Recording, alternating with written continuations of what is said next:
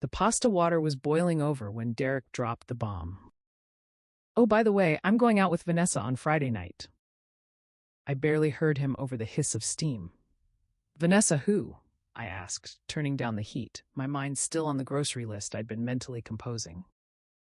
"Vanessa, my ex. We're going to Eclipse, that new club downtown." The wooden spoon clattered against the pot. I turned slowly, searching his face for the punchline that never came. Derek stood there, loosening his tie with one hand while scrolling through his phone with the other, as casual as if he'd just announced he was grabbing milk from the store. "You're joking, right?" My voice came out smaller than I intended. He finally looked up, his expression flat and unreadable. "Why would I be joking?" She reached out, said she wanted to catch up. "It's just dancing and drinks, Elena. Don't make it weird." My heart hammered against my ribs. In our 7 years of marriage, Derek had never mentioned wanting to reconnect with any ex, let alone Vanessa, the woman he dated for 3 years before we met. The woman whose photo I'd once found tucked in his old wallet, which he'd claimed he forgot was there.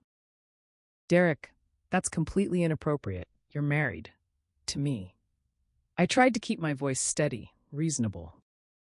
He set his phone down on the counter with deliberate slowness, his jaw tightening. "Here we go.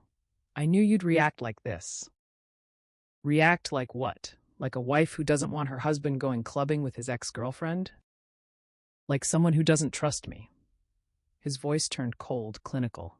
"We've been over this, Elena. You can't keep being insecure about every woman in my life. Vanessa and I are just friends now. Adults can do that, you know." The gaslighting was subtle but familiar. Over the past year, Derek had developed this talent for making me feel unreasonable whenever I voiced discomfort. When his new gym buddy, Rachel, started texting him at odd hours. When he password protected his phone for work security. When he started coming home smelling of perfume that wasn't mine.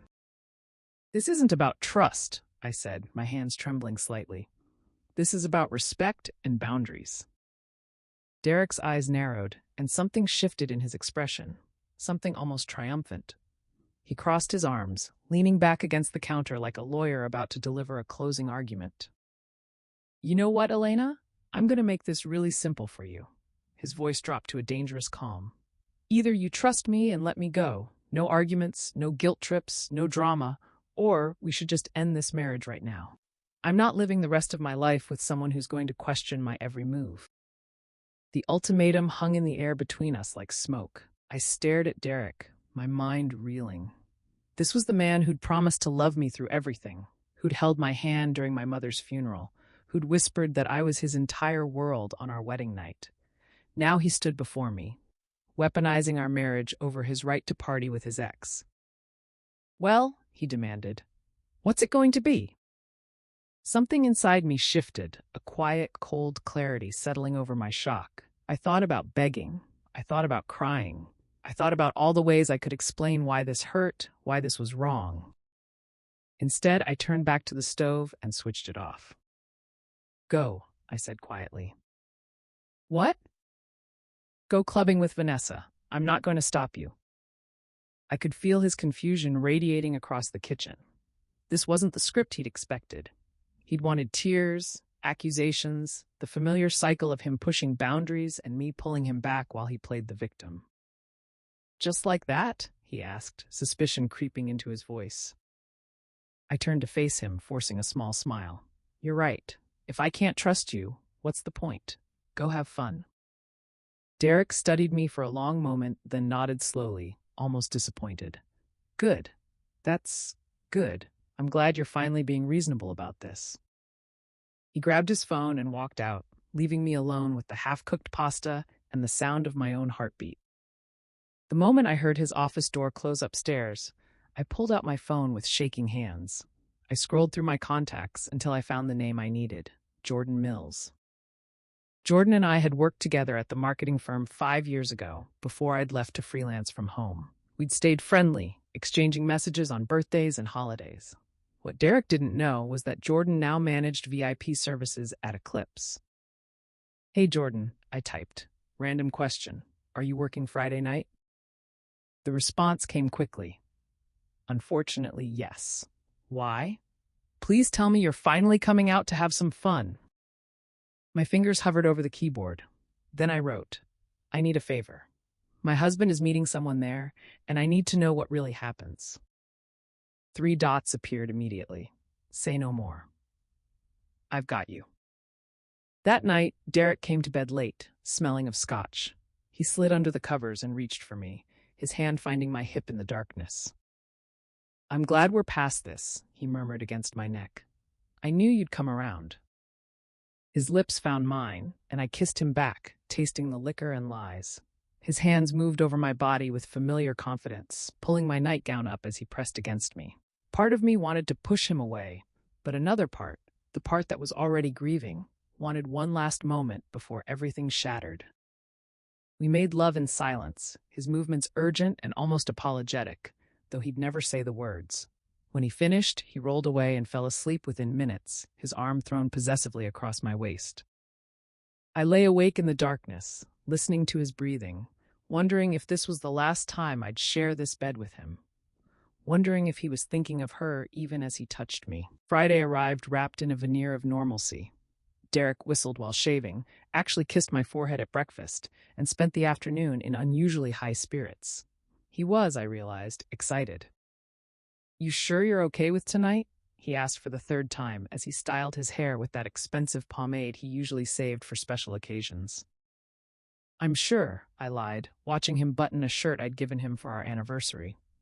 What time will you be home? Not too late, probably midnight. He sprayed cologne too much and grabbed his wallet. Don't wait up, though. The moment his car pulled out of the driveway, I was in motion. I'd spent the week preparing, though I'd hidden it well. New outfit, a sleek black dress that Derek had never seen, hair and makeup done during my afternoon errands. I'd even booked a rideshare to drop me 3 blocks from Eclipse, just to be safe. Jordan met me at a side entrance at 10:47 p.m. Elena, you look incredible, Jordan said, pulling me into a quick hug. Come on. I've got a private table on the 2nd level with a perfect view of the main floor. They arrived 20 minutes ago. My stomach dropped. They? Jordan's expression turned sympathetic. Yeah. They. The club was a salt of lights and bass-heavy music. Jordan led me through the crowd to a curved booth overlooking the main floor. And there, at a corner table near the bar, I saw them. Derek and Vanessa. She was more beautiful than her old photos. Long auburn hair, curves poured into a red dress that left little to imagination. But it was the way Derek looked at her that made my breath catch. He was leaning close, his hand on her lower back, laughing at something she'd said with a freedom I hadn't seen in months. There's more, Jordan said quietly, handing me a drink. My bartender told me they've been here before. 3 times in the past month. Always Thursdays. Your husband's late work nights, I'm guessing? The room tilted slightly. What else? They booked a hotel room tonight. The Paramount, 2 blocks east. I have a friend at the front desk who recognized him when he made the reservation yesterday. I watched Derek's hand slide up Vanessa's thigh. She whispered something in his ear, and he pulled her closer, their lips nearly touching. Then he was kissing her, right there in public, with the confidence of a man who thought his wife was safely at home, trusting him. I'm sorry, Jordan said. Do you want to confront them? No. My voice sounded distant, mechanical. What I want is proof. Can you get photos? Jordan nodded. Already done. I've been documenting since they arrived. But Elena, there's something else you should hear. Jordan pulled out a phone and played an audio recording. The club noise was loud, but Derek's voice cut through clearly. He must have been near a security microphone. She's so controlling, Vanessa. I can't live like this anymore. After tonight, I'm telling her I want a trial separation. If she fights it, I'm moving straight to divorce. I've already looked at your apartment. There's definitely room for my stuff. Vanessa's laugh. I told you 4 months ago to just leave her. You're the one who wanted to test the waters first. I needed to be sure. But yeah, you were right. I've been done with this marriage for a while. Tonight was the final test. If she couldn't even trust me for one innocent night out, then we're finished. I listened to the recording 3 more times, each repetition crystallizing my resolve. Jordan sat quietly, occasionally squeezing my hand as tears I didn't remember shedding dried on my cheeks. What do you need? Jordan finally asked. A copy of everything. Photos, audio, timestamps. Can your front desk friend confirm the hotel reservation details? Consider it done. Jordan made a quick call, then turned back to me. Reservation is under his name. Check-in scheduled for 1 a.m. He told them it was an anniversary surprise, even requested rose petals and champagne. The cruelty of it was almost impressive. While I sat at home believing I was being the mature, trusting wife, he was planning a romantic night with his exit plan. I stayed in that booth for another hour, watching them dance, drink, whisper. At one point, Derek pulled Vanessa onto the dance floor, his hands on her hips as she ground against him. They moved like lovers who'd never stopped, like the 7 years between them had been a brief intermission rather than my entire marriage. At 12:43 a.m., I went home. The house felt different, like I was already a stranger in it. I moved through rooms we'd decorated together, past photos of our wedding, our vacations, our life. All of it suddenly felt like evidence of an elaborate fraud. I didn't sleep. Instead, I sat at the kitchen table with my laptop and the flash drive Jordan had given me, reviewing every photo, every audio snippet. Then I made phone calls. First, to Catherine Reynolds, the divorce attorney my friend had used last year. I left a detailed voicemail requesting an emergency Saturday morning appointment. Second, to our joint bank account. I transferred exactly half of our savings to my personal account. Nothing illegal, just protecting myself. Third, to my brother Thomas. I need you to come over tomorrow morning at 8. Bring your truck. I'll explain everything then. At 4:17 a.m., I heard Derek's car in the driveway. I'd positioned myself on the couch with a book, a lamp, the picture of a wife who'd simply fallen asleep waiting. The door opened quietly. Derek froze when he saw me. "You're still up?" His collar was askew, his hair mussed. He reeked of Vanessa's perfume. I dozed off reading. "How was your night?" My voice was perfectly pleasant. He relaxed slightly, a smile tugging at his lips. "It was good. Just drinks and catching up, like I said." He moved toward the stairs. "I'm exhausted, though. Coming to bed?" "In a bit. I want to finish this chapter." He nodded and disappeared upstairs.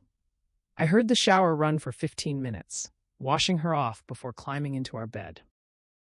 When I finally went upstairs, he was asleep, sprawled across the mattress with the unconscious ease of someone with a clear conscience, or no conscience at all. I slipped into bed beside him and thought about all the versions of tomorrow I'd imagined over the years. Anniversary trips, children, growing old together. None of those versions had included this. Derek woke to the smell of coffee and bacon at 9:30 a.m. Late for him, but I'd heard him tossing restlessly until dawn. He stumbled downstairs in his pajama pants, hair disheveled, expecting the Saturday morning routine we'd perfected over 7 years. Instead, he found his 2 suitcases by the front door, neatly packed. "Elena? What the hell is this?" I was sitting at the kitchen table, dressed in jeans and a sweater, my hands wrapped around a coffee mug. On the table in front of me was a manila folder. "Good morning, Derek. Coffee's fresh." He stared at the suitcases, then at me, confusion giving way to panic. "What's going on? Is this some kind of joke?" "No joke." I pushed the folder toward him. "You should sit down." "I'm not sitting down until you explain why my stuff is packed." His voice rose, that familiar edge of anger when he didn't get his way. "Because you're leaving. Today. Now, preferably." He barked out a laugh. "Leaving? Because of Vanessa?"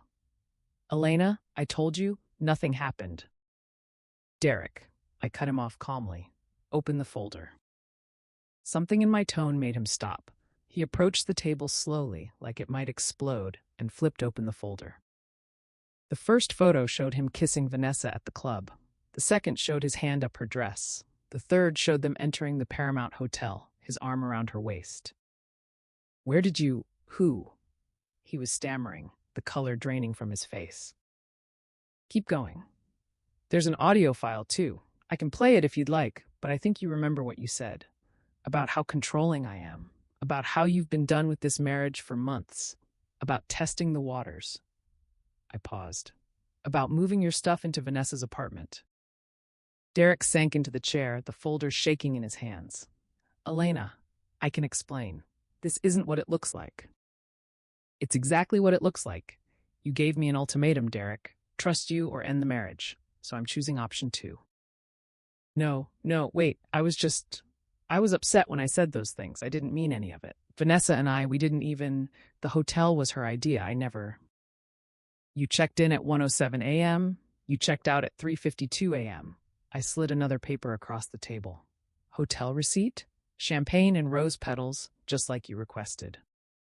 He buried his face in his hands. Please. Elena, please. I made a mistake, a huge mistake. But we can fix this. Counseling, whatever you want. I'll never see her again, I swear. You're right about one thing, I said softly. You did make a mistake. You thought I'd beg. You thought I'd cry and plead and make myself smaller so you could feel bigger. You thought you could manipulate me with ultimatums and then come home to your safe backup plan. I love you, he said desperately. You're my wife. I love you. No, Derek, you love having someone at home while you play house with your ex. That's not love. That's convenience. The doorbell rang. Derek's head snapped up as I stood and walked to the door. My brother Thomas stood there with 2 of his friends. These gentlemen are going to help you load your things, I said. You have 30 minutes to collect anything else you need. Personal items only. I've documented everything in the house, so don't try to take anything that's jointly owned. Elena, you can't just... I already spoke to an attorney this morning. You'll be served with divorce papers next week. The grounds are adultery, and I have more than enough evidence. You can contest it if you want, but that folder is just the highlights. I have testimonials, timestamps, hotel records, and witness statements from 3 separate people. Derek stood slowly, his face cycling through emotions: shock, anger, grief, panic. What about the house? Our savings? The house is in my name, my parents' wedding gift, remember? The savings are split 50-50 as of yesterday. Everything else we'll negotiate through lawyers.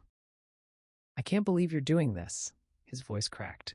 Over one mistake? 7 years, Elena. 7 years of marriage, and you're throwing it away like it meant nothing? I felt the tears then, hot and unwelcome, but my voice stayed steady. You threw it away the moment you climbed into bed with her. You threw it away every time you lied about where you were. You threw it away when you gave me an ultimatum designed to make me feel crazy for having basic standards. Thomas and his friends began carrying the suitcases to the truck. Derek watched them, defeated, then turned back to me one last time. I never thought you'd actually do it, he whispered. I thought you needed me too much. That was always your biggest miscalculation, I replied. Confusing love with need. I loved you, Derek, but I've never needed anyone who doesn't respect me. He left without another word, climbing into his car and driving away from the life he'd demolished. I stood in the doorway until his taillights disappeared, Thomas's hand steady on my shoulder. You okay, sis? He asked. Not yet, I admitted, but I will be. 3 months later. The divorce was finalized on a Tuesday, quick and clean, since Derek didn't contest anything.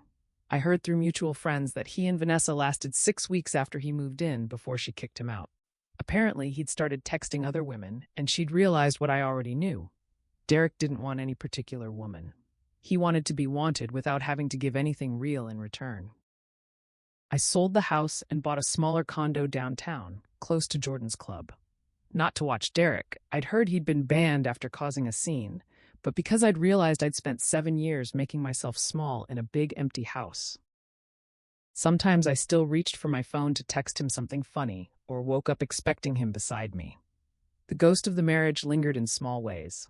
The way I still bought his favorite coffee creamer, the Netflix queue full of shows we'd planned to watch together. But mostly, I felt lighter, free. Like I'd been holding my breath for years, and finally remembered how to exhale. The ultimatum Derek thought would control me had freed me instead. And when I thought about that Friday night, him dancing with Vanessa, me watching from above, I realized we'd both been making choices. He chose betrayal. I chose myself. And I'd choose myself every single time. The end.